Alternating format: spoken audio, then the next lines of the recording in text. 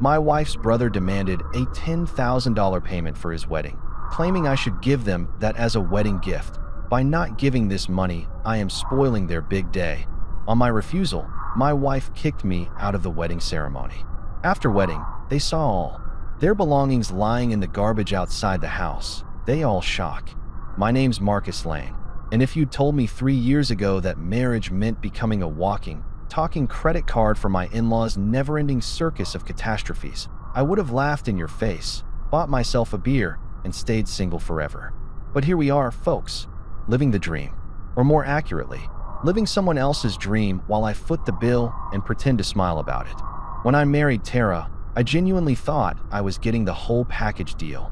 You know, a loving wife, a supportive family, maybe some decent holiday dinners where nobody asked me to refinance their bad decisions. I had visions of backyard barbecues, inside jokes, and that warm, fuzzy feeling you get when you're part of something bigger than yourself. Instead, what I actually joined was a financial cult, and let me tell you, the initiation fees were steep. The cult leader? Patricia Lane, my delightful mother-in-law, a woman who could guilt-trip a statue into opening its wallet. Her second-in-command and favorite disciple? Leo, Tara's younger brother and the family's so-called golden boy. Now, let me paint you a picture of Leo. This guy, and I use the term guy loosely because man-child feels more accurate, works part-time at a car dealership. Part-time. We're talking maybe 25 hours a week if he's feeling ambitious, which he usually isn't. But in his mind, and more importantly in Patricia's mind, this makes him a businessman, an entrepreneur, a captain of industry. I swear, the way they talk about him, you'd think he was running General Motors from his studio apartment that still has a futon as the primary furniture piece. Meanwhile, I'm over here with my boring finance job, my responsible 401k contributions, and my deeply offensive habit of paying bills on time. How shameful of me, right? How utterly pedestrian to have my life together and not constantly need bailouts like I'm a failing airline. The thing about Leo is that he's mastered the art of looking busy while accomplishing absolutely nothing. He's always got some deal cooking, some opportunity on the horizon, some connection that's going to make him rich any day now. Spoiler alert, none of it ever happens. But does that stop Patricia from bragging about her ambitious son at every family gathering? Hell no. If anything, his consistent failure only makes her more convinced that he's a misunderstood genius who just needs one more chance, one more loan, one more handout to finally make it big. And Tara, my loving wife, she bought into this narrative hook, line, and sinker long before I came into the picture. In her eyes, Leo can do no wrong. He's creative. He's a dreamer. He's finding himself. Meanwhile, I'm the boring husband who shows up to work every day, contributes to a retirement fund, and has the audacity to suggest that maybe, just maybe, a 32-year-old man should be able to support himself without his sister's husband bankrolling his lifestyle. Family gatherings with the Lanes were something else entirely. Picture this. Every Sunday, we'd all gather at Patricia's house for what she called family dinner. Sounds nice, right? Wrong. These weren't dinners. They were full-blown budget committee meetings disguised as social events. I'm talking about 3-hour marathons where everyone sat around debating, discussing, and ultimately deciding how to spend my money. It was like a low-budget version of the United Nations, except instead of world peace, we were negotiating who needed cash for what made up emergency this week. Patricia would sit at the head of the table like some kind of financial godfather, taking requests. Leo needs new tires for his car, she'd announce, as if this was breaking news that required immediate action. Tara would nod sympathetically. Her sister Jessica, yeah, there's a sister too, but she's usually smart enough to stay quiet, would make supportive noises. And then all eyes would turn to me, the family ATM, waiting for me to whip out my wallet and solve yet another preventable problem. Marcus can help with that, can't you, Marcus? Patricia would say, and it wasn't really a question. It was a statement wrapped in a smile that didn't quite reach her eyes. The kind of smile that said, if you don't help, we'll make Thanksgiving very uncomfortable for you. And Leo? He'd sit there with this expectant look on his face, like I owed him something. Like the fact that I worked hard, saved money, and made responsible choices meant I was obligated to subsidize his collection of poor decisions. It's only $400, man, he'd say, as if only was doing any heavy lifting in that sentence. I'll pay you back next month. Next month never came, by the way. I'm still waiting on repayment for those temporary loans from 2 years ago. I'm thinking about declaring them as charitable donations on my taxes at this point. The worst part wasn't even the money, though. Don't get me wrong, watching your savings slowly drain into a black hole of entitlement definitely sucks. But the worst part was how they made me feel like the bad guy whenever I hesitated. Whenever I dared to suggest that maybe Leo should budget better, or that perhaps Patricia could cut back on her subscription boxes, or that Tara's cousin Brandon didn't actually need me to fund his business idea that was just cryptocurrency gambling with extra steps. The moment I showed even a hint of reluctance, I became the selfish one, the one who didn't understand family, the one who was good with money but bad with people. I started keeping a mental tally of all the ways they justified extracting cash from me. My personal favorite was investment in family relationships. That's what Patricia called it when she suggested I give Leo $500 for a networking event that turned out to be a weekend trip to Vegas with his buddies. An investment in relationships. I couldn't make this stuff up if I tried. Tara would defend them every single time. Their family, Marcus, she'd say, like that explained everything. Like the word family was a magic password that unlocked unlimited access to my bank account. We help each other out. That's what families do. And sure, I get that. I'm not some Scrooge McDuck swimming in gold coins while my loved ones starve. But there's a difference between helping someone in genuine need and enabling a grown man's refusal to adult properly. But here's the thing nobody tells you about marrying into a family like this. You're not just marrying one person. You're marrying their mom, their brother, their sister, their cousin twice removed, and every financial crisis they'll manufacture for the next several decades. You're marrying into a system, and that system runs on guilt, manipulation, and the deeply held belief that your wallet exists for communal use. So yeah, that's my life. Marcus Lane, husband, finance professional, and apparently the family's personal Bank of America. And this story? This is about the day I finally closed that bank for good.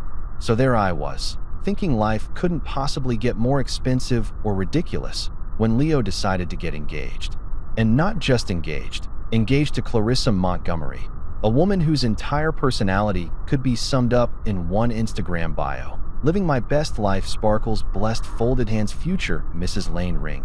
She was basically a walking, talking filter, the kind of person who'd never met a mirror she didn't immediately photograph herself in. Her sense of humor? Non-existent. I once made a joke about how expensive weddings were getting these days, and she stared at me like I'd just insulted her ancestors. Weddings are an investment in love, Marcus, she said, dead serious. Yeah, an investment that yields zero returns and maxes out your credit cards. But sure, Clarissa, let's go with that. When Leo announced the engagement at one of Patricia's infamous Sunday dinners, you would have thought the royal family had just announced a coronation. Patricia literally gasped, like hand over heart, dramatic soap opera gasp, and immediately started crying tears of joy. Tara squealed, so loud I'm pretty sure dogs 3 blocks away started barking. Jessica, the usually quiet sister, actually stood up and hugged Leo like he'd just returned from war instead of simply convincing someone to legally bind themselves to his nonsense.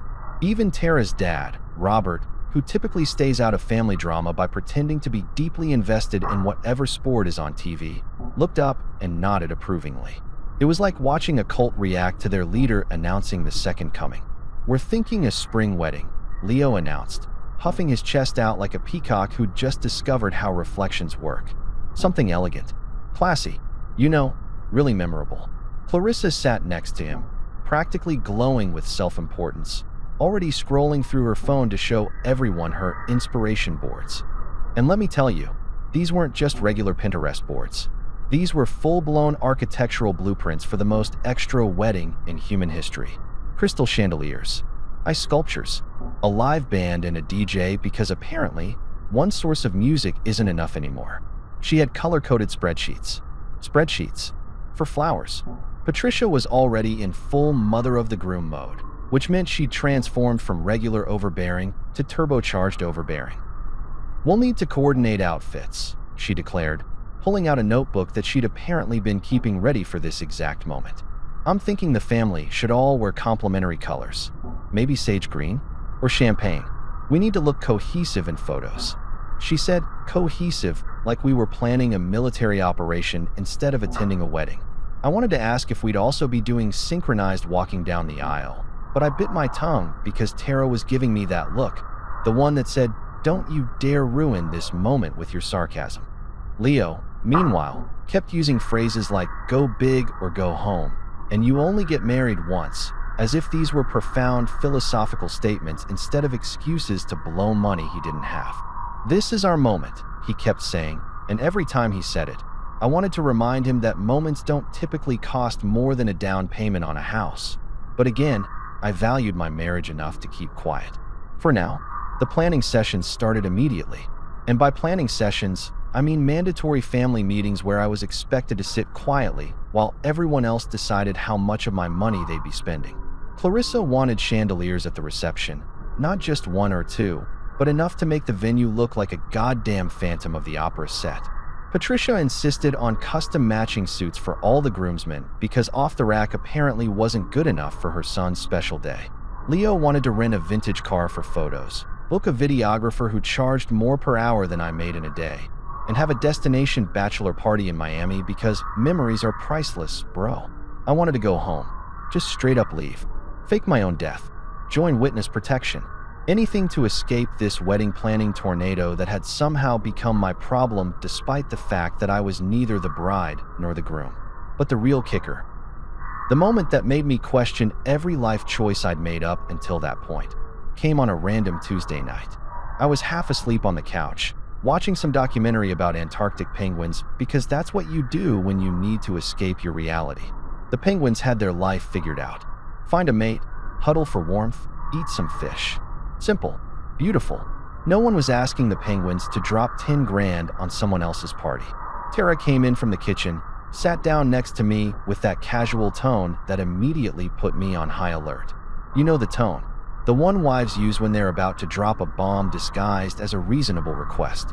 "Hey, babe," she started, and I already knew I wasn't going to like what came next. "So, I was talking to Leo and Clarissa today." Of course she was. "And they mentioned that everyone in the family is expected to give at least $10,000 as a wedding gift.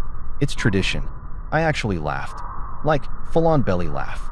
The kind of laugh that startled the cat and probably confused the penguins on TV. Tradition? I managed to get out between chuckles. What tradition? From which culture exactly? The Kingdom of Delusion? Is that a real place? Because I'd love to see the tourism brochures. Tara didn't find it funny. Her face did that thing where it goes from friendly to frozen in about 2 seconds flat. "Don't be selfish, Marcus," she said, crossing her arms. "It's his big day, our big day, as a family." She emphasized family, like it was supposed to activate some sleeper agent programming in my brain that would make me immediately reach for my checkbook. $10,000. I repeated slowly, just to make sure I'd heard correctly. $10,000. That's not a wedding gift, Tara. That's a used car. That's a vacation to Europe. That's 6 months of mortgage payments.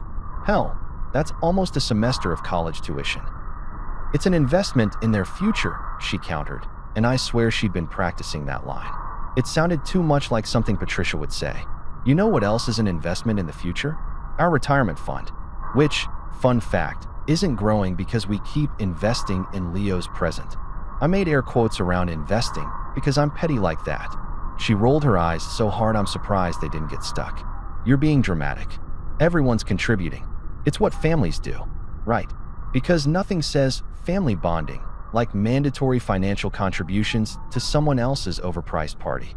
I thought about bringing up the time Leo borrowed $50 from me to buy groceries and paid me back 3 months later with 2 expired movie tickets to a film I didn't even want to see. But I figured that would just start an argument, and I was too tired to fight. Plus, the penguins were doing something interesting, and I wanted to see how it ended. Spoiler alert, the penguins had better problem-solving skills than my in-laws. After Tara dropped the $10,000 bomb on me, life became a carefully orchestrated campaign of emotional warfare designed to separate me from my savings. I'm talking about a full-scale operation here, folks. If guilt tripping was an Olympic sport, my in-laws would have swept every medal category and probably set a few world records while they were at it. It started subtly at first, like most horrible things do. The next family dinner, because of course there was another family dinner. There's always another family dinner. Patricia spent the entire evening sighing. Not regular sighs, mind you. These were theatrical, deeply dramatic sighs that could have won her a Tony Award. She'd look at Leo, then at Clarissa, then she'd sigh like she was carrying the weight of 1,000 disappointed ancestors on her shoulders. "It's such a beautiful thing," she'd say to no one in particular, "when family comes together to support each other, when everyone contributes to making dreams come true." Then she'd look directly at me with those guilt laser eyes of hers, waiting for me to crack. I didn't crack. I just ate my mashed potatoes and pretended I was somewhere else. Anywhere else. Maybe back with the penguins. "You know, Marcus," Patricia continued, because apparently my silence was permission to keep going. "It's not really about the amount of money. It's never about the money. It's about the gesture. It's about showing you care." She said this while literally discussing amounts of money, which felt like a pretty significant contradiction, but pointing that out would have made me the bad guy, so I kept my mouth shut and my fork moving. Leo, sitting across from me with Clarissa attached to his arm like a designer handbag, decided to chime in with his signature blend of entitlement and absolute lack of self-awareness. "Yeah, man, I mean, you're a finance guy, right? You work with money all day. You understand numbers. You can afford it."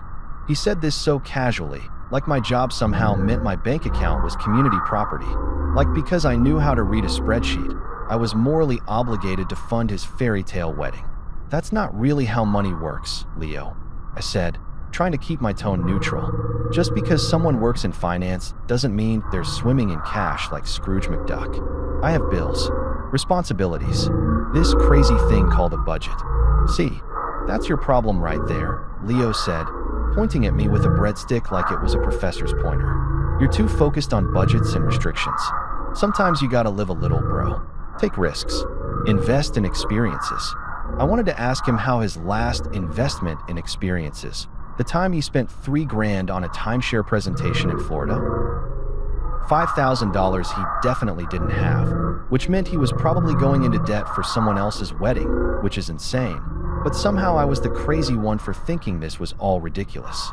"Dave's a good friend," Tara said pointedly. "He understands loyalty." "Dave's an idiot," I countered. "And loyalty doesn't mean bankrupting yourself for someone's open bar." That didn't go over well. Tara gave me the cold shoulder for the rest of the evening, which honestly was kind of peaceful. At least when she wasn't talking to me, she wasn't guilt-tripping me. The pressure ramped up with each passing day. Patricia started calling me at work, to have little chats about family values and the importance of being there for each other. "You know, Marcus, when Robert and I got married, both our families chipped in," she'd say, conveniently forgetting that chipped in back then meant maybe a few $100 and some homemade centerpieces, not a sum of money that could buy a decent used car. "That's wonderful, Patricia," I'd say, trying to sound sincere while simultaneously trying to finish the quarterly report that was actually my job. But times are different now. Everything costs more. I have student loans, a mortgage, car payments. "We all have expenses, dear," she'd interrupt sweetly. "But family comes first. Always. I'm sure you can figure something out. Maybe take out a small loan, or dip into your savings. Just temporarily, of course. Just temporarily. Sure. Just like when Leo temporarily borrowed money 2 years ago, and it became permanently missing from my life. I'd learned that lesson already. Thanks." At home, Tara transformed into someone I barely recognized. She started treating me like I was the villain in a Hallmark Christmas movie. You know, the character who doesn't believe in the magic of the season and needs to learn a valuable lesson about what really matters. Except in this version, what really mattered was apparently me writing a check that would make my accountant weep. I got cold stares across the dinner table. Long, dramatic silences when I entered rooms. She'd sigh. She'd learned from Patricia, apparently, and make comments under her breath about people who don't understand what family means. She stopped laughing at my jokes, stopped engaging in our normal conversations, stopped doing pretty much anything that made our marriage feel like an actual partnership. One night, after another excruciating dinner where I was treated like a social pariah for the crime of financial responsibility, she hit me with the big one. "Maybe you just don't understand family, Marcus." I looked at her, this woman I'd married and built a life with, and realized she genuinely believed that. She genuinely thought that because I wasn't willing to hand over $10,000 to her brother, a grown man who should have been capable of funding his own wedding, I somehow lacked the fundamental human capacity to understand familial bonds. I understand family just fine, Tara, I said calmly. What I don't understand is being treated like an ATM with feelings. She didn't respond, just turned away and went to bed, leaving me alone on the couch with my thoughts and the growing realization that this situation was about to get a whole lot worse before it got better. Wedding day arrived like an unwanted house guest who shows up 3 hours early and immediately starts criticizing your furniture. I woke up Saturday morning on my couch, where I'd been sleeping for the past 3 nights because apparently the bed belonged exclusively to Tara when she decided to grace our home with her presence, which wasn't often lately, and seriously contemplated every life choice that had led me to this moment. Part of me wanted to stay home. A big part, actually. Maybe the entire part. I could have spent the day doing literally anything else. Organizing my sock drawer, watching paint dry, alphabetizing my spice rack. All of these activities sounded infinitely more appealing than watching Leo and Clarissa pledge their lives to each other in a ceremony that probably cost more than a semester at Harvard. But here's the thing about being the bigger person. It absolutely sucks, and nobody ever thanks you for it. But you do it anyway because you still have some shred of dignity left even when everyone around you has lost theirs completely. So I put on my suit, not the expensive one Tara had suggested I buy specifically for this occasion because we need to look our best, but my regular suit that I'd worn to approximately 47 other weddings and funerals and still looked perfectly fine. Thank you very much. I looked at myself in the mirror and gave myself a little pep talk. You can do this, Marcus, I said to my reflection. You're going to go to this wedding. You're going to be civil. You're going to prove you're the mature one. And then you're going to come home and never think about this again. My reflection looked skeptical, which was fair. The wedding was at some fancy venue outside the city, the kind of place that has a name like the Grand Estate at Willowbrook and charges you $50 just to park in their lot. I arrived fashionably late. Not on purpose, I just couldn't find the place because apparently Google Maps has a vendetta against me, and immediately regretted not staying home. The parking lot was full of luxury cars that probably cost more than my annual salary. Mercedes, BMWs, even a Tesla or two.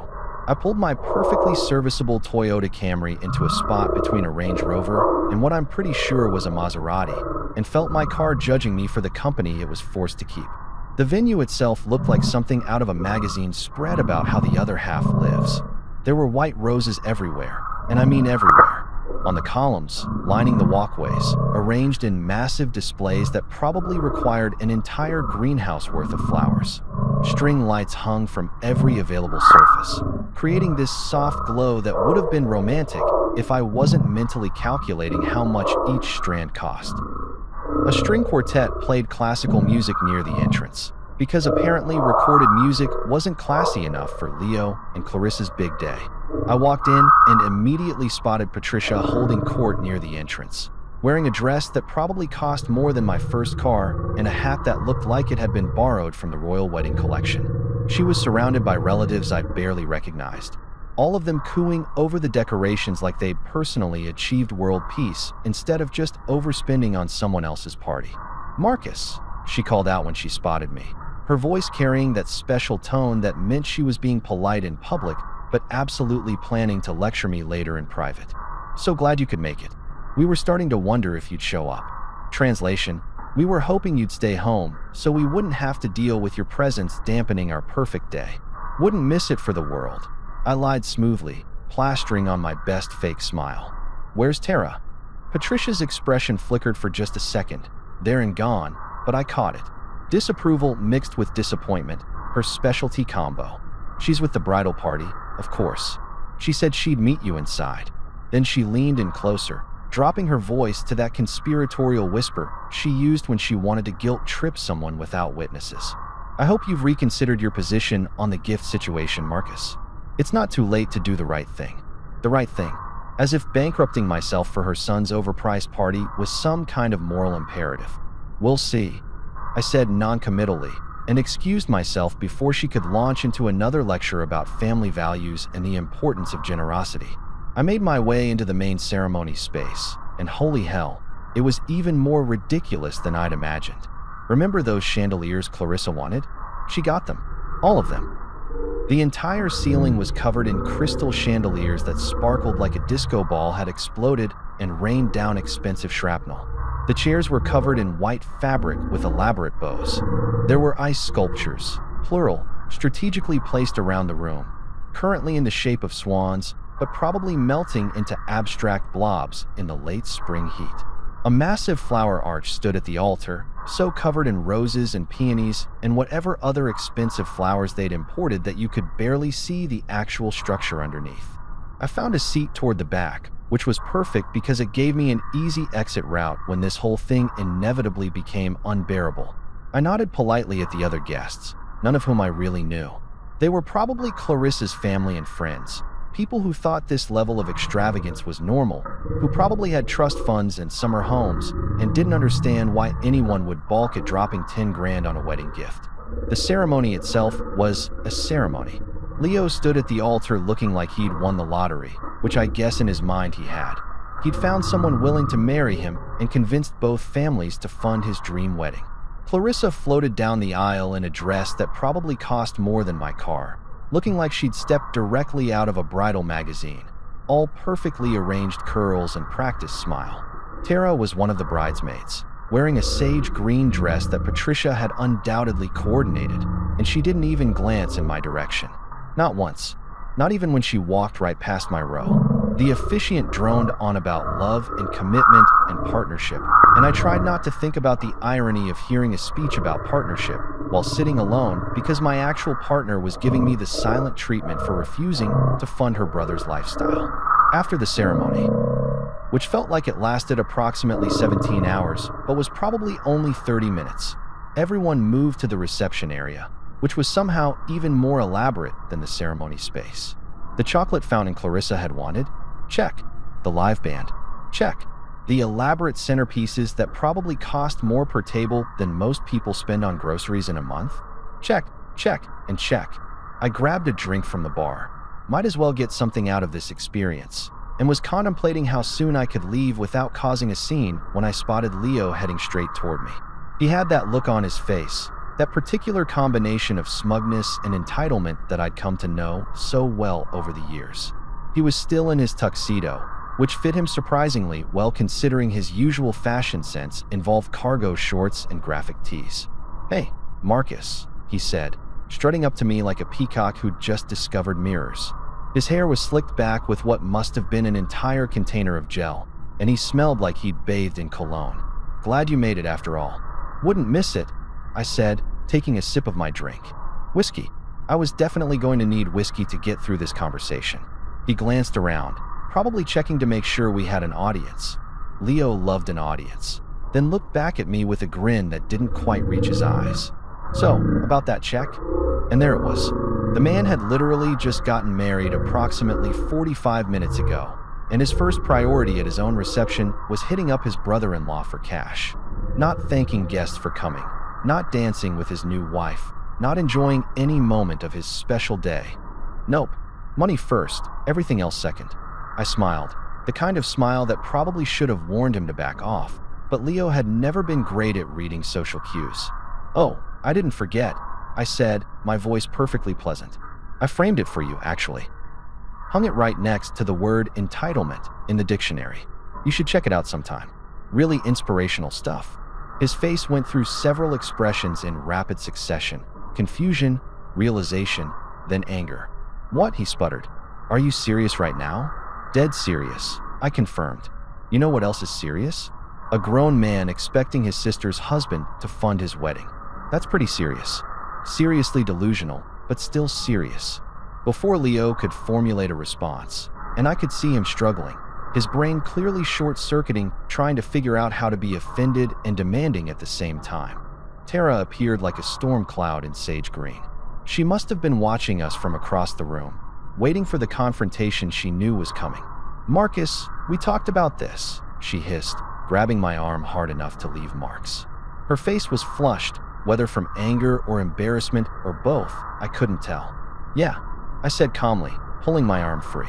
"And I said no. Pretty clearly, if I remember correctly." Multiple times, actually, in several different ways. I even used small words in case there was any confusion. "Then you can leave," she said, her voice cold enough to freeze the champagne. "If you can't support my family, if you can't do this one thing, then you can just leave." The entire reception area had gone quiet. Or maybe it hadn't, and I just couldn't hear anything over the ringing in my ears. People were definitely staring, though. I could feel dozens of eyes on us, watching the drama unfold like we were the entertainment portion of the evening. And you know what? Fine. If they wanted a show, I'd give them a show. I set down my drink, straightened my tie, and turned to address the room at large. "Ladies and gentlemen," I said, my voice carrying across the suddenly silent reception hall. "Thank you all for coming to celebrate Leo and Clarissa's special day. I hope you're enjoying the decorations, the food, the ambience, all of which cost approximately the same as a small car." I paused for effect. I'd love to stay and celebrate with you all, but apparently my invitation came with a financial obligation that I wasn't aware of. So I'll be leaving now. I gave a little bow, because if you're going to make an exit, you might as well commit to it, and looked directly at Leo. "Enjoy the free food, everyone. It's the last thing associated with this family that I'll ever pay for."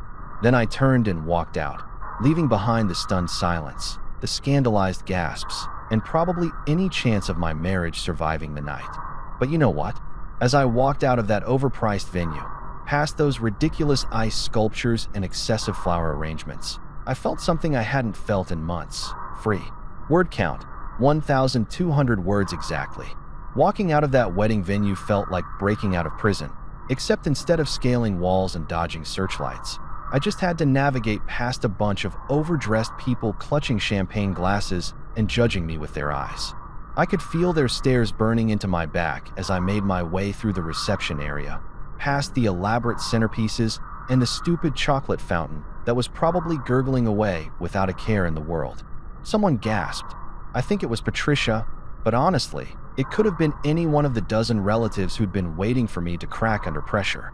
Well, congratulations, everyone. You finally got your drama. The parking lot was still full of those fancy cars, but mine, my beautiful, reliable, reasonably priced Toyota Camry, looked like freedom on four wheels. I unlocked it, slid into the driver's seat, and just sat there for a moment, hands on the steering wheel, breathing in the quiet. No guilt trips. No passive-aggressive comments. No one demanding money I didn't owe them. Just me, my car, and the open road ahead. I started the engine and pulled out of that parking lot like I was escaping a natural disaster, which, let's be honest, wasn't far from the truth.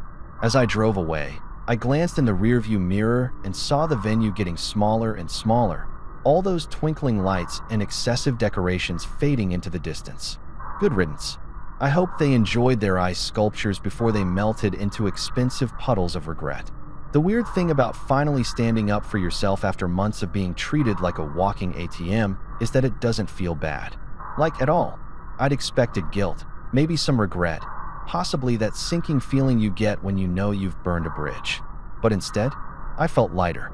Like I'd been carrying around a backpack full of rocks labeled family obligations and unreasonable expectations, and someone had finally told me I could put it down. I drove for a while, not really heading anywhere specific, just enjoying the sensation of being completely and utterly free from that toxic circus. The radio was playing some classic rock station, and I cranked it up, singing along badly to songs I hadn't heard since college.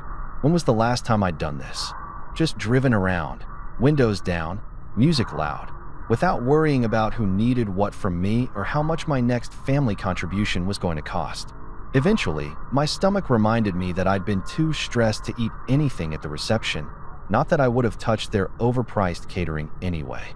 I spotted a pizza place, one of those local joints that's been around forever and has exactly zero interest in being trendy or Instagrammable. Perfect. I pulled into the parking lot, went inside, and ordered a large pepperoni with extra cheese, because if I was celebrating my newfound freedom, I was going to do it properly. "Rough day?" the guy behind the counter asked. He was maybe 20, with a name tag that said Danny, and the kind of laid-back demeanor that suggested he'd seen it all and wasn't impressed by any of it. "You could say that," I replied, loosening my tie. "Just walked out of a wedding." "Your own?" he asked, raising an eyebrow. "God, no. My brother-in-law's. Or I guess he's still technically my brother-in-law. We'll see how long that lasts after tonight. Danny grinned. Drama at weddings, man. Classic. One time this couple had a huge fight during the vows because the groom forgot to memorize his part and tried to wing it. The bride literally walked out mid-ceremony. That sounds amazing, I said, and I meant it. At least that bride had the sense to bail before signing legal documents. How long until my pizza's ready? 15 minutes, he said, handing me a receipt. Want to wait in your car? I'll bring it out. I thanked him and headed back to my Camry, which was still sitting in the parking lot like a loyal friend waiting patiently.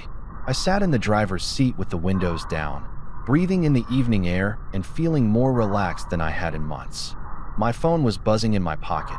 Probably Tara, probably Patricia, definitely someone who wanted to yell at me about my unacceptable behavior, but I ignored it. They could wait. They'd gotten really good at making me wait for things. Now it was their turn.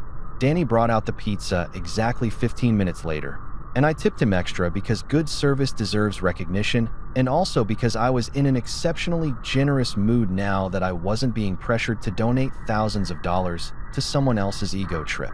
The pizza smelled incredible. Grease, cheese, pepperoni, all the things that make life worth living. I opened the box right there in the parking lot and took a bite, and I swear it was the best pizza I'd ever tasted. Maybe it was actually good, or maybe freedom just makes everything taste better. Either way, I sat there eating pizza in my car like a man who'd just been released from emotional prison, and it was glorious. A couple of other cars pulled into the lot. Families, teenagers, people just going about their normal Saturday evening without any wedding drama or financial ultimatums. I watched them and felt this weird sense of envy mixed with relief. They looked so uncomplicated, so unburdened. And for the first time in a long time, I realized I could be like that too. I could just exist without constantly worrying about someone else's problems or needs or manufactured crises. I finished my second slice and pulled out my phone, fully prepared to see approximately 800 angry messages. I wasn't wrong. Tara had called 6 times. Patricia had texted me a novel about family disappointment and burning bridges. Leo had sent me a series of increasingly aggressive messages that basically boiled down to him calling me every name in the book while simultaneously proving he didn't actually know that many names. Jessica, surprisingly, had sent one message. That was intense. You okay? At least one person in that family had some sense. But you know what? I didn't respond to any of them. Not yet. Instead, I sat there with my pizza, watching the sun set and thinking about my next move. Because here's the thing about finally standing up to toxic people. Once you do it once, you realize you can keep doing it. You realize that their guilt trips only work if you let them work. Their manipulation only succeeds if you participate. And then an idea hit me. A beautiful, petty, absolutely perfect idea that made me smile for the first time all day. A real smile. Not one of those fake ones I'd been plastering on for months to keep the peace. I pulled up my contacts and scrolled until I found what I was looking for. Tony's Moving Company. I'd used them when Tara and I first moved into our house, and they'd been efficient, professional, and remarkably non-judgmental about the amount of stuff we were hauling. I hit dial. A woman answered on the third ring. Tony's Moving. This is Sandra. How can I help you? Hey Sandra, I said, feeling that smile get wider. My name's Marcus Lane, and I need some help with a quick cleanup project. Are you guys available this evening? This evening? She sounded surprised, which was fair. Most people don't call moving companies at 6 o'clock on a Saturday night. Well, we've got a crew finishing up a job right now. They could probably swing by in a couple hours. What kind of cleanup are we talking about? Just some items that need to be relocated, I said vaguely. Shouldn't take more than an hour or two. I'm willing to pay overtime rates, of course. I could hear papers shuffling on her end. Okay, Mr. Lane, I think we can make that work. What's the address? I gave her my home address and confirmed the time. She said they'd be there around 8:30, which was perfect. That gave me time to finish my pizza, drive home, and prepare for what was about to become the most satisfying evening of my entire marriage. Great, Sanders said. And just to confirm, you need items removed and relocated. Where are we taking them? I thought about that for a second. Where indeed? Then it hit me. The curb, I said. Just relocate everything to the curb. Nice and neat. Very organized. There was a pause. The curb? You mean like for trash pickup? Exactly like that, I confirmed. Think of it as aggressive decluttering. Sandra laughed. A genuine, surprised laugh that suggested she'd heard a lot of weird requests in her time, but this one was definitely making the highlight reel. All right, Mr. Lane. We'll see you at 8:30. This should be interesting. Sandra, I said, you have no idea. I hung up, finished my pizza, and started driving home with a sense of purpose I hadn't felt in ages. The evening sun was painting the sky in shades of orange and pink, the kind of sunset that makes you think maybe everything's going to be okay after all. My phone kept buzzing with messages, but I didn't care. Let them stew. Let them panic. Let them wonder what I was going to do next. Because for the first time in our entire relationship, I wasn't playing by their rules anymore. I was making my own. And oh, it was going to be beautiful. I got home around 7:30, which gave me just enough time to walk through the house and take inventory of exactly what needed to go. And let me tell you, there was a lot. Over the months, hell, over the years, my house had slowly transformed into a storage facility for the Lane family's excess garbage. I'm talking about Patricia's collection of decorative pillows that she temporarily stored in my guest room when she redecorated her living room 2 years ago. Leo's golf clubs that he'd left here after deciding golf was too boring, and he wanted to take up tennis instead, which lasted approximately 3 weeks before he moved on to his next hobby. Clarissa's wedding planning binders, all 17 of them, stacked in my home office because apparently her apartment didn't have enough space for her organizational obsession. There were boxes of Christmas decorations that belonged to Tara's family, stored in my garage since last January because Patricia's storage unit was too full. There was Leo's collection of vintage movie posters that were really just regular posters he'd bought at a garage sale and convinced himself were worth money. There were clothes, shoes, random kitchen appliances that didn't work but were too good to throw away, and about 47 reusable shopping bags that no one ever actually reused. My house had become a dumping ground, and I'd been too busy playing the role of supportive husband and good family member to notice or complain. Well, not anymore. Tonight was spring cleaning on steroids, and I was feeling motivated. I started with the guest room, pulling out those decorative pillows that Patricia loved so much. The ones with inspirational quotes like "Live, laugh, love, and family is everything" that now felt like they were personally mocking me. I hauled them downstairs and set them by the front door. Then came Leo's golf clubs, his tennis racket, his basketball that had been deflating in my closet for 6 months, and a box of his old college textbooks that he swore he was going to sell but never did. The movers arrived right on schedule at 8:30. There were 3 of them. Tony himself, a broad-shouldered guy with a beard that would make a lumberjack jealous, plus 2 younger guys who looked like they lifted weights for fun. They pulled up in their truck, took one look at the pile of stuff I'd assembled by my front door, and Tony let out a low whistle. "So," he said, climbing out of the truck and surveying the scene. "Sandra said something about aggressive decluttering?" "That's exactly right," I confirmed, shaking his hand. "Everything you see here needs to be relocated to the curb. Neatly arranged, nothing damaged or thrown around. I want it to look intentional." Tony grinned. "Intentional garbage. I like it. This your stuff or someone else's?" "Let's call it community property that's being redistributed," I said diplomatically. One of the younger guys, his name tag said Mike, laughed. "Dude, did you just kick your roommate out or something?" "Something like that," I agreed, but more dramatic and with better reasons. They got to work, and I have to hand it to them. They were professionals. They didn't ask unnecessary questions, didn't judge my life choices, just methodically moved everything from inside my house to outside my house with impressive efficiency. I showed them where everything was, and they hauled it all out.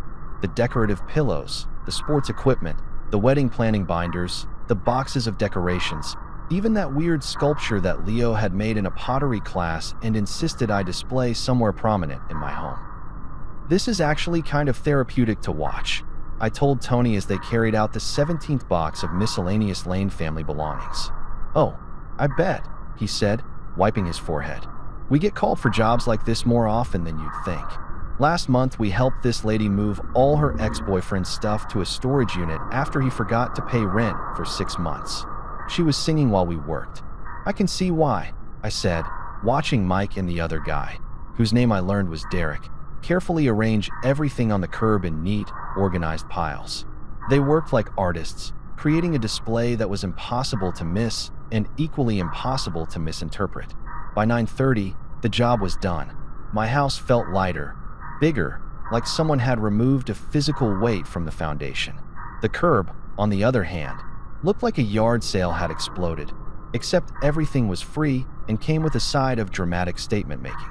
I paid Tony and the crew, tipped them generously because good work deserves recognition, and they drove off into the night, probably heading home to tell their families about the weird guy who paid them overtime to arrange garbage artistically on his lawn. Then I went inside, grabbed a cold soda from the fridge, and waited. I didn't have to wait long. Around 10:15, I heard cars pulling up outside. Multiple cars. I looked out the window and saw Patricia's SUV, Leo's sedan, and a vehicle I didn't recognize. Probably someone who'd offered to drive Tara home since she'd refused to ride with me to the wedding.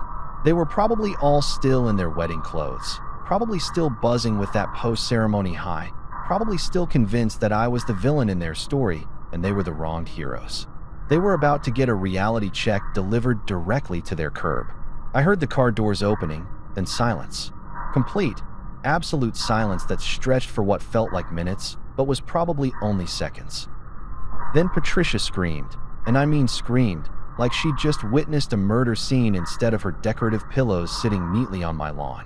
"What is this?" she shrieked, her voice carrying through the closed windows and probably alerting every neighbor within a 3-block radius that something interesting was happening at the Lane residence. I took a sip of my soda, walked to the front door, opened it, and leaned casually against the doorframe like I was surveying a job well done. Which, let's be honest, I was. Leo was standing in the middle of the yard, staring at his golf clubs with the kind of expression usually reserved for discovering your house has burned down. "My stuff," he whispered, bending down to pick up one of his vintage movie posters. "Marcus, this is my stuff." "Yeah," I said conversationally. "It is. Or was. Now it's trash. Funny how that works." Tara had dropped her bouquet, which had probably cost $300 because everything at that wedding cost $300 minimum, and was staring at me like I'd grown horns. "Marcus, what have you done?" I took another sip of my soda, savoring the moment. "Oh, I just did what you all did at the wedding, took out the trash. Figured if I was getting kicked out of family events for not funding everyone's lifestyle, I might as well reclaim my house while I'm at it." Patricia's face had gone from pale to red to almost purple. "You can't, this is my things." She gestured wildly at the pile, her hat from the wedding now sitting crooked on her head, which would have been funny if the whole situation wasn't already comedy gold. "Your things that you've been storing in my house for the past 2 years rent-free," I corrected pleasantly. I finally got around to cleaning out the storage space. "You're welcome." Clarissa, because of course she'd come along, probably planning to gloat about the successful wedding, pulled out her phone and started recording. "This is insane," she muttered. "Absolutely insane. Everyone needs to see this." "Please do record it," I encouraged. "Make sure you get the part where I'm standing in the doorway of the house I pay for, having removed items that belong to people who've spent months treating me like their personal bank." Leo's shock was transforming into anger. I could see it happening in real time, his face getting redder, his fists clenching. "You can't do this," he shouted, pointing at me accusingly. "This is I'm going to sue you." I raised an eyebrow. "Sue me for what exactly?" "Cleaning my own house. Removing property that was being stored without my permission? Please, Leo, explain to me what law I've broken." "I'll wait." He sputtered, clearly not having thought that far ahead. You're destroying our property." "I haven't destroyed anything," I said calmly, gesturing to the neatly arranged piles. "Everything's intact. Organized, even. The movers were very careful. Your golf clubs are fine. Patricia's pillows are perfectly fluffy. Hell, I even made sure your Rolex was on top, where you could easily see it." Leo looked down and spotted his watch, the one he'd bought on credit and bragged about for 6 months, sitting on top of a cardboard box. He grabbed it like it was a life preserver, clutching it to his chest. "Buddy," I continued, pushing off from the doorframe and walking down the steps, "I pay the mortgage on this house. I pay the utilities. I pay for literally everything. And you know what? The trash pickup is scheduled for Tuesday morning, bright and early. So if you want your stuff, I'd suggest you start loading it into your car. Otherwise, the city's going to take care of it for you." "You're welcome." You could have heard a pin drop. Even the neighborhood dogs, who usually barked at everything, had gone silent. A few neighbors had come out onto their porches, drawn by Patricia's scream and the general commotion. Mrs. Chun from next door was watching with unconcealed interest, probably filing away every detail to share at her book club. Tara finally found her voice. "You've lost your mind," she said quietly. "You've actually lost your mind." "No," I corrected, meeting her eyes. "I finally found it." The next morning, I woke up in my own bed, not the couch, not the guest room, but my actual bed, and felt something I hadn't experienced in months. Peace. Complete, blissful, uninterrupted peace. No one was guilt-tripping me over breakfast. No one was dropping hints about family obligations. No one was treating my bank account like it was community property. Just me, my coffee, and the beautiful sound of absolutely nothing. I made myself a proper breakfast. Eggs, bacon, toast, the whole deal, and ate it at my own kitchen table without someone suggesting I should have bought organic eggs or criticizing my cooking technique. I scrolled through my phone while I ate, and that's when I discovered that last night's curb display had officially gone viral. Clarissa had posted first, of course.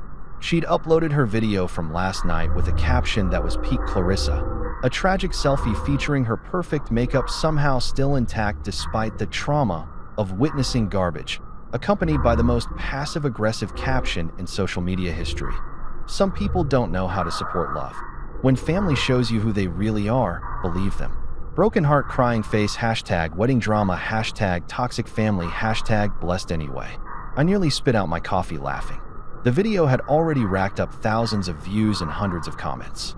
Most of them were from people who had no idea what actually happened, just jumping in with their hot takes based on 30 seconds of footage showing me standing calmly in my doorway while Patricia screamed about her decorative pillows. But the real gem was Leo's post. He'd gone full victim mode, posting a picture of his golf clubs sitting on the curb, which actually looked kind of artistic in the morning light, if I'm being honest, with a caption that read, "Fake family will always reveal themselves when money is involved. You think you know someone, then they show their true colors." All I wanted was his support on the biggest day of my life.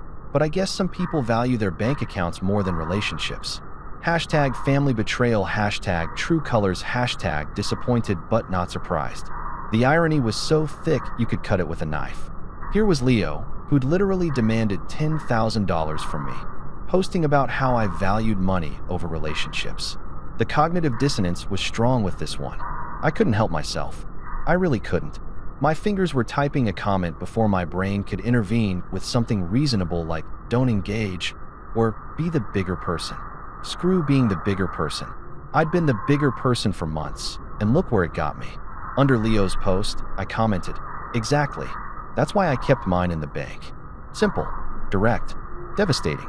I hit post and watched as the comment immediately started getting likes. Within 5 minutes, it had more engagement than Leo's original post. People were responding with laughing emojis, fire emojis, and comments like "OOP," and he said what he said, and Marcus woke up and chose violence. Leo deleted the entire post within 10 minutes. Just gone. Vanished into the internet void like it never existed.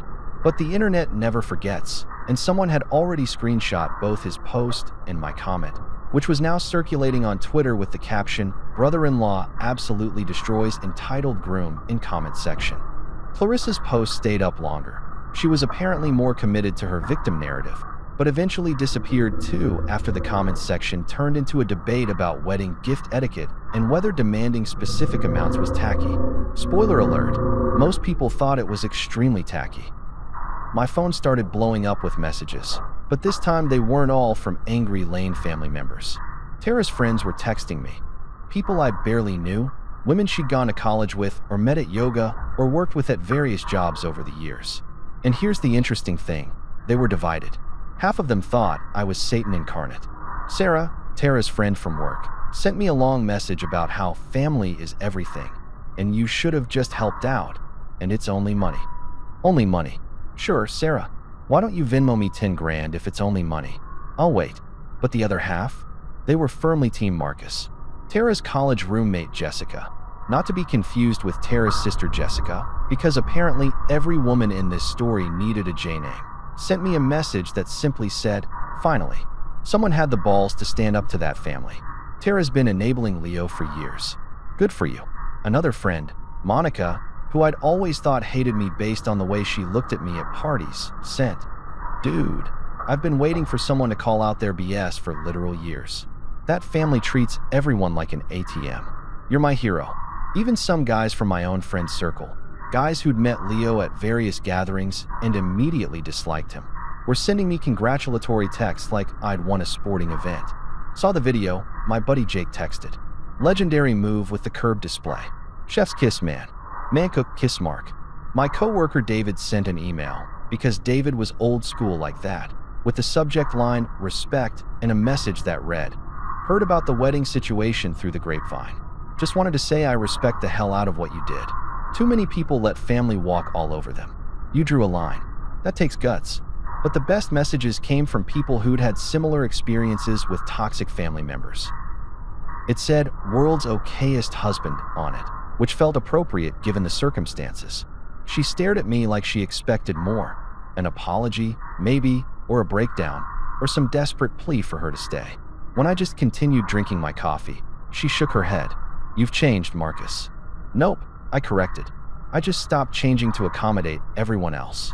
She left without another word, and honestly, the house felt better immediately. Lighter, like someone had opened all the windows and let fresh air in after months of staleness.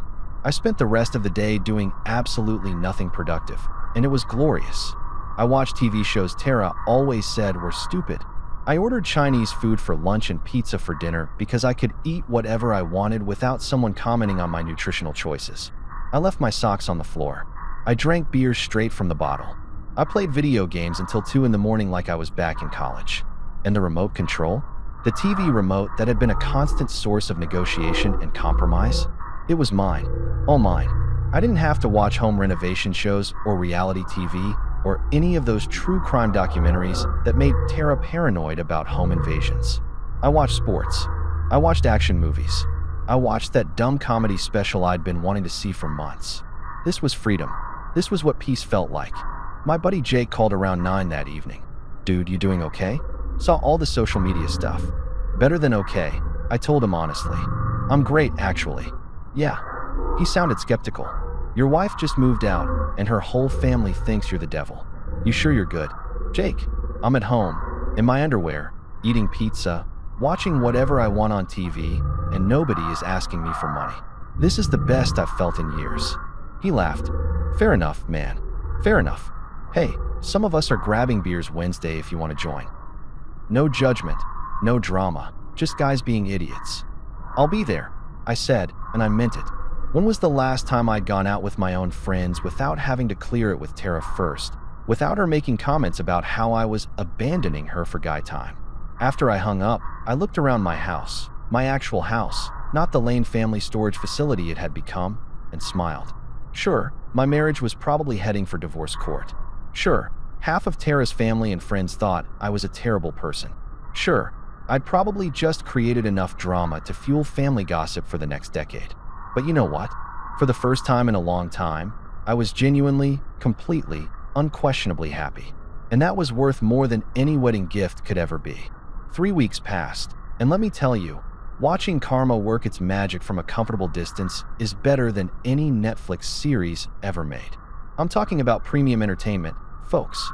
The kind of schadenfreude that makes you feel just a tiny bit guilty for enjoying it so much, but not guilty enough to actually stop watching. The first domino fell exactly 9 days after the wedding. I know the exact timeline because Leo posted about it. Of course he posted about it. The man couldn't take a breath without documenting it on social media. His post read, "Sometimes life throws you curveballs when you least expect it. Facing unexpected challenges, but staying positive. Everything happens for a reason. Folded hands, flexed biceps, hashtag stay strong, hashtag new beginnings." Translation, he got fired. I found out the actual details from Tara's sister Jessica, the sister, not the college roommate, who apparently felt bad about the whole situation and decided to fill me in during a surprise coffee shop encounter. I was grabbing my usual morning coffee when I literally bumped into her in line. Awkward doesn't begin to cover it. "Marcus," she said, looking genuinely uncomfortable. "Hey, Jessica." I nodded, trying to figure out if I should make small talk or just grab my coffee and run. She glanced around like she was checking for surveillance cameras, then leaned in. Look, I know everything's been crazy, but I thought you should know. Leo got fired from the dealership. I tried to look surprised instead of absolutely delighted. Really? What happened? He kept calling out, she explained, lowering her voice even though nobody around us cared about our conversation. He took like 2 weeks off before the wedding to focus on wedding preparations, then the week of the wedding itself, then called in sick for 3 days after because he was exhausted from the stress. His manager finally had enough and let him go. Wow, I said, and I genuinely meant it. Leo had managed to get himself fired from a part-time job at a car dealership, not exactly a position requiring rocket science or brain surgery, by taking too much time off to plan a wedding he couldn't afford. The irony was so beautiful it almost brought tears to my eyes. Yeah, Jessica continued, looking actually sympathetic. And Clarissa's not working either. She quit her job before the wedding because she wanted to focus on being a wife. She made air quotes around that last part, which told me everything I needed to know about Jessica's opinion on that decision. So they're both unemployed, I said slowly, processing this information like it was the best news I'd heard all month. Which it was. Completely. And get this, they blew through most of their wedding money on the honeymoon. They went to Bora Bora for 10 days. 10 days, Marcus. Do you know how much that costs? I did know, actually, because I was a finance guy who understood concepts like budgeting and living within your means. But I let her continue. Now they're broke, living in Leo's apartment that he can barely afford, and Clarissa's been posting these passive-aggressive motivational quotes about toxic family members and staying positive during hard times. Jessica rolled her eyes. It's a whole mess. I thanked her for the information, got my coffee, and walked back to my car feeling lighter than air. Was I a bad person for enjoying their misfortune? Maybe. Did I care? Not even a little bit. They'd spent months making me feel guilty for not funding their fantasy lifestyle. Now reality was sending them the bill, and apparently, reality didn't accept IOUs. Clarissa's social media had indeed become a gold mine of unintentional comedy. Every day brought a new motivational quote, each one more passive-aggressive than the last. Sometimes the people you take a bullet for are the ones behind the trigger. Broken heart hashtag betrayed hashtag fake family. Or my personal favorite, when people show you their true colors, don't try to repaint them. Hashtag lesson learned, hashtag moving forward, hashtag blessed. The comments section was always entertaining. Her friends would leave supportive messages like, "You're so strong," and "Their loss, babe." Meanwhile, random internet strangers who'd seen the original wedding drama post would drop in with comments like, "Maybe don't demand 10K from people," or "This you," with screenshots of her deleted posts. She'd block them, of course, but more would pop up. The internet is forever, Clarissa. That's rule number 1. Patricia tried calling me approximately 47 times during those 3 weeks. I know because I never deleted her voicemails. I kept them as evidence in case I ever needed to prove I wasn't crazy, that this family really was as exhausting as I claimed. Each voicemail was a masterpiece of manipulation, starting with fake concern and escalating to barely concealed anger. "Marcus, honey, it's Patricia. I think we should have a family discussion about everything that's happened. Give me a call when you have a chance. Love you." That was week 1, still trying the friendly approach.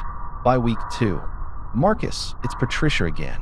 I really think we need to talk about your behavior at the wedding. A lot of people are concerned about you. Please call me back." Week 3, "Marcus, this is getting ridiculous. You need to answer your phone. We're family, and families talk things through. Call me immediately." I didn't call.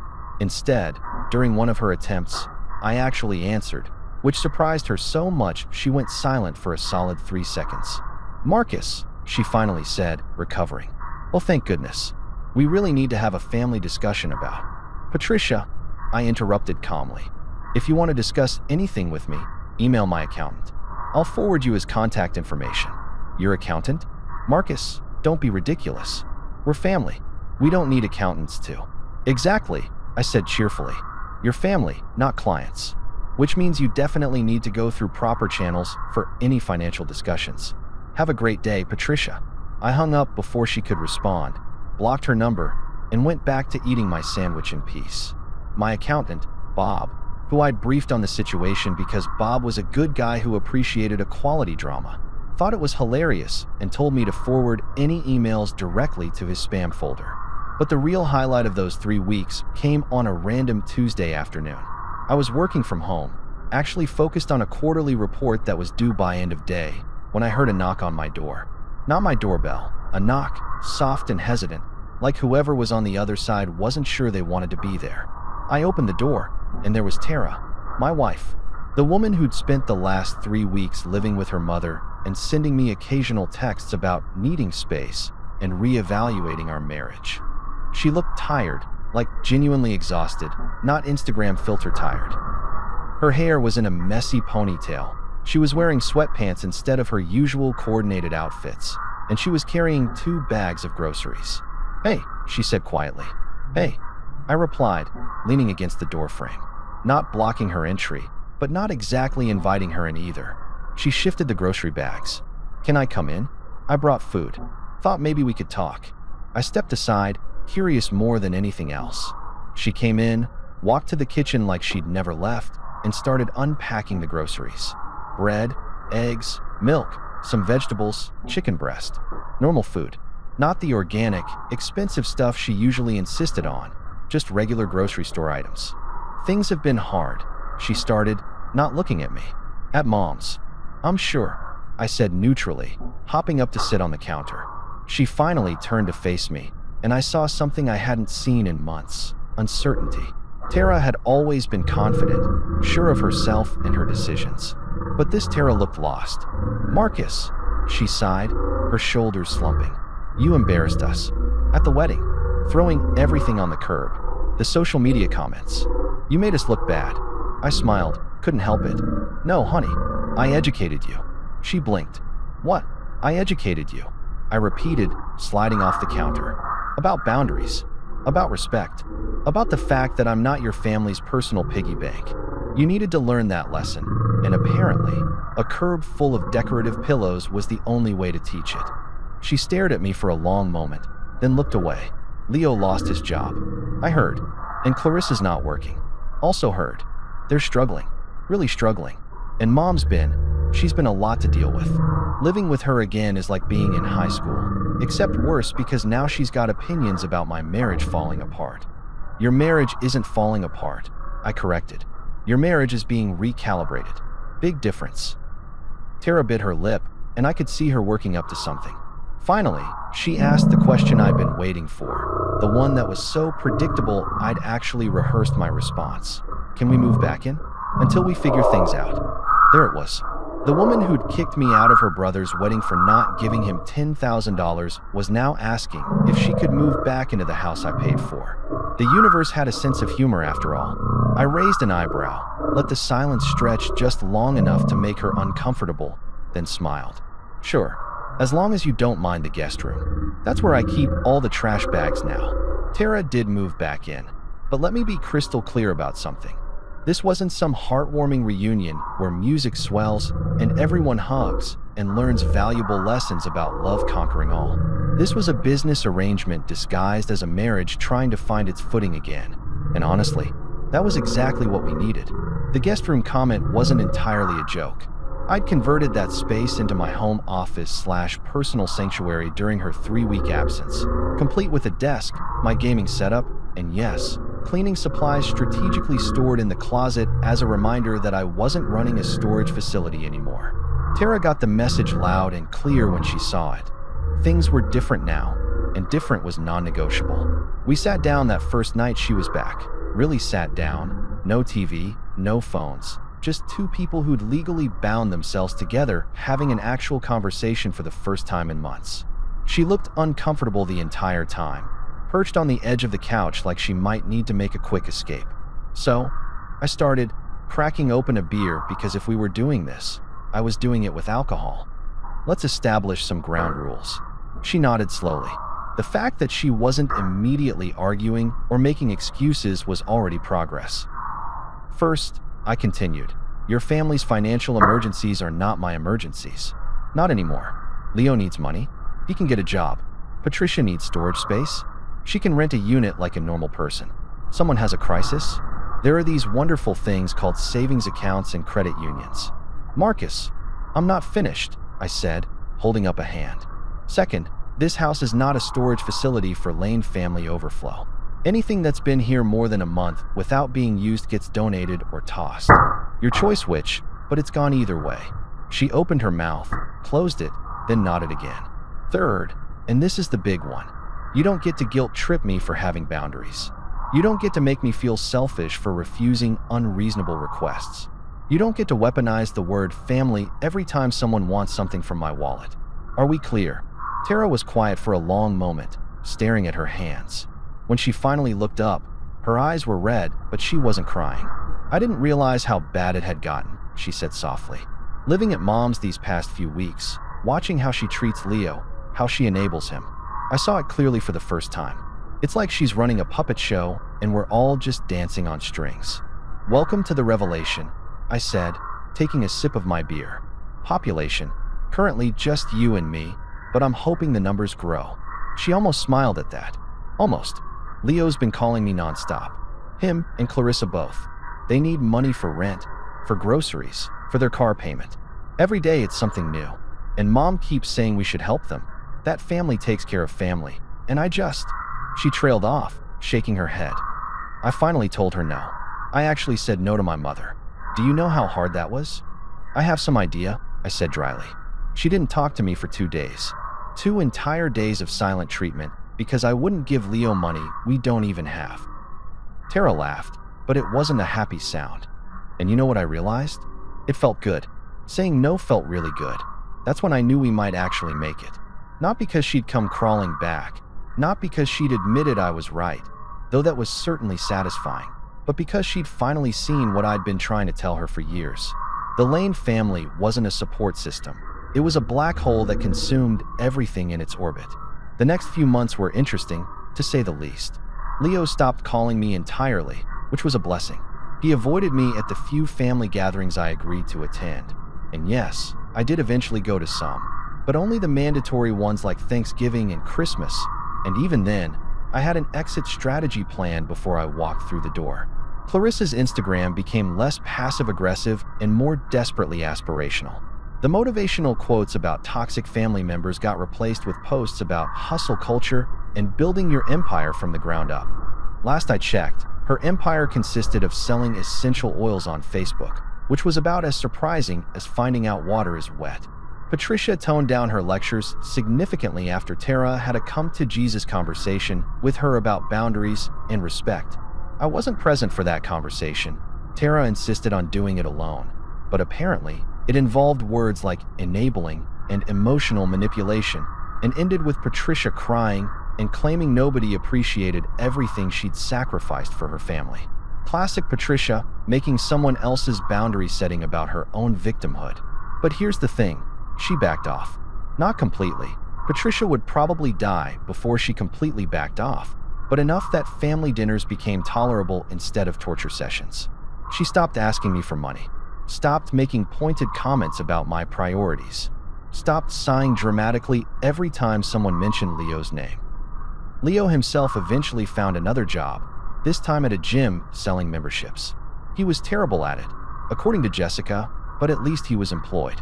Clarissa got a part-time gig at a boutique, which she documented extensively on social media, like she was the first person in history to work retail.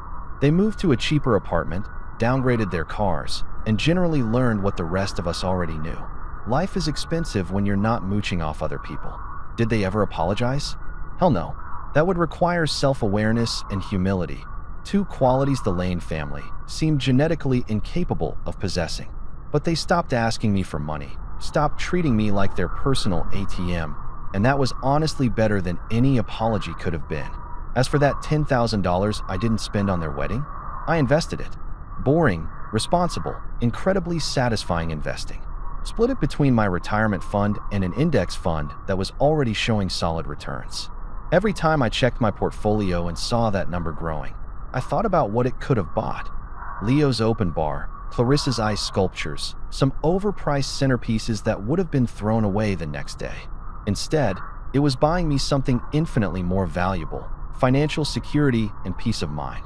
The return on that investment? Absolutely priceless. My relationship with Tara improved too, slowly but steadily. It turned out that when you're not constantly fighting about her family's financial demands, you actually have time to remember why you married each other in the first place. We started going on dates again, real dates, not family dinners disguised as social obligations. We talked about our future, our goals, our plans that didn't involve funding someone else's dreams. She even started standing up to her family on her own, which was attractive in a way I hadn't expected. Watching her tell Leo no when he asked for just a small loan to cover his gym membership, that was better than any romantic gesture. Seeing her roll her eyes when Patricia started one of her guilt trip speeches, chef's kiss. Sometimes people ask me if I regret how I handled things, if I wish I'd been more diplomatic, more understanding, more willing to compromise. And my answer is always the same. Hell no, not even a little bit. That wedding fiasco was the best thing that ever happened to my marriage, to my finances, and to my mental health. I learned that boundaries aren't mean, they're mandatory. That family doesn't mean unlimited access to your resources. That no is a complete sentence and doesn't require a PowerPoint presentation to justify it. And most importantly, I learned that the people who truly love you won't make their affection conditional on your bank account balance. These days, when people ask why I didn't attend Leo's next big event, he tried throwing a one-year anniversary party and expected everyone to chip in for the venue, because apparently, he learned nothing. I just grin and give them my standard response. Because I only invest in things that grow, like my savings account and my patience, not their nonsense. And you know what? That answer gets better every single time I use it.